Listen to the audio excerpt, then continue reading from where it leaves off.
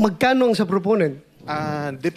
Depende po. Minsan po, meron pong 25%, minsan po 30%. Depende po kung sino po ang kausap ni Boss Henry. So, ito mga proponent na ito, kilala mo ito? Meron po akong specific knowledge yun nga po dito kay Senator Joel at saka po kay Senator Estrada.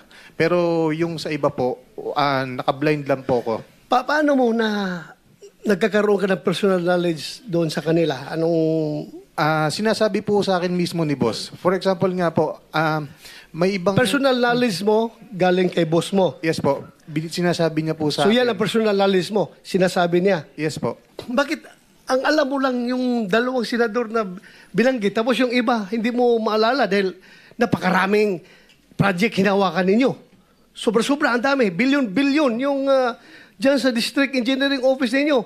Tapos out of those billions na pera, dalawang lang ang maalala mo, yung dalawang senador lang. Ang alam ko po, mayroon pa pong iba kaso wala po akong sapat na ebidensya pang hawak sa ngayon. Dahil po Paano mo nalaman na mayroong iba? True sa mga text message. Wala po kasi akong hawak na Text cellphone. message nino? Anong staff po ni Boss Henry, tsaka po si Boss Henry. O bakit hindi mo sabihin kung sino yung mga tao na yan?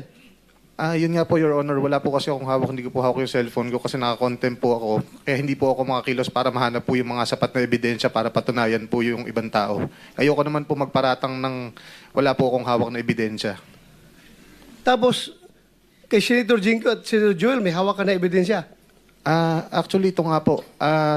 Dahil na rin po sa butihing Senator Win Gatchalian, yung pinakita niya po pala kanina na unprogrammed ng General Appropriation Act ng 2023, doon po nakasama yung listahan na project po ni Senator Joel.